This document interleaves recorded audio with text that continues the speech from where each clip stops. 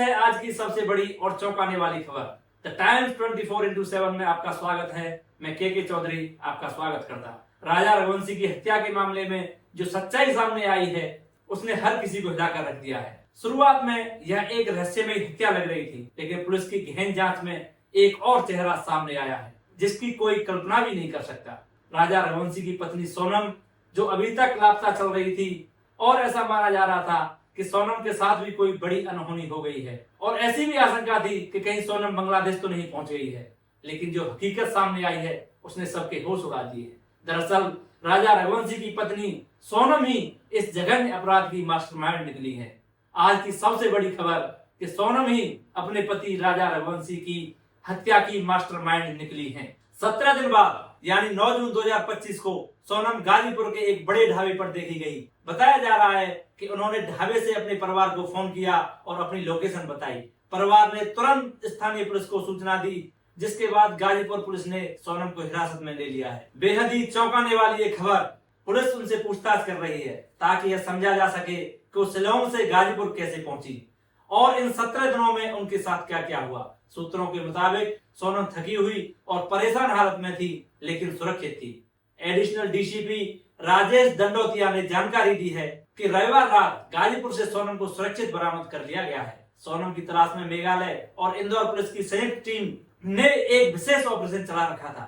इस command operation के दौरान पुलिस ने 3 आरोपियों आकाश राजपूत, राज कुशवाहा और विशाल चौहान को गिरफ्तार किया है। बताया जा रहा है कि इन तीनों की भूमिका इस मामले में काफी अहम मानी जा रही है और पुलिस इनसे गहन पूछताछ कर रही है। अधिकारियों के अनुसार पूछताछ से केस में जुड़ी कई अहम जानकारियां सामने आने की उम्मीद है। वहीं इस पूरे मामले का एक और आरोपी आनंद अभी तक फरार है। वहीं राजा रघुवंशी के भाई विपिन रघुवंशी ने एक बयान दिया है जिसमें उन्होंने बताया है कि मैंने सोनम के भाई गोविंद से बात की है। उसने मुझे बताया कि सोनम उत्तर प्रदेश से मिली है।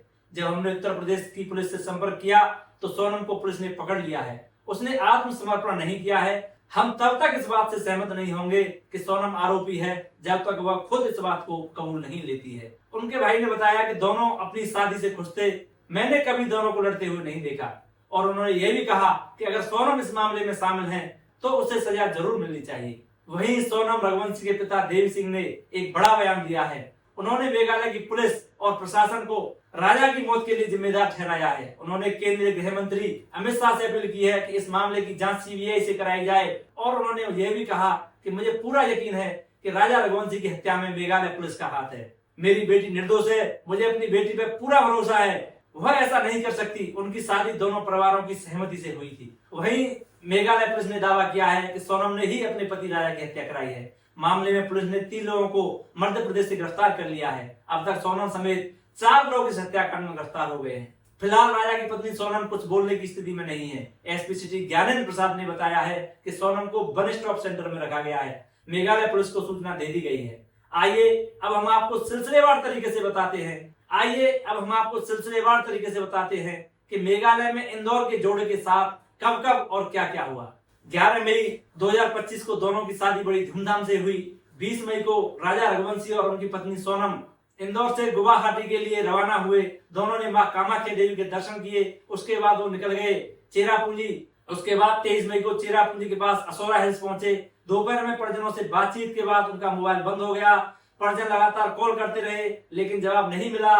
बाद में पता चला कि किराए पर ली गई स्कूटी लावारिस हालत में मिली है। कुछ अनहोनी की आशंका को देखते हुए 26 मई को राजा और सोनम के परिजन शिलांग पहुंच गए। दोनों के लापता होने की जानकारी मीडिया में आई और पूरे देश में वायरल हो गई।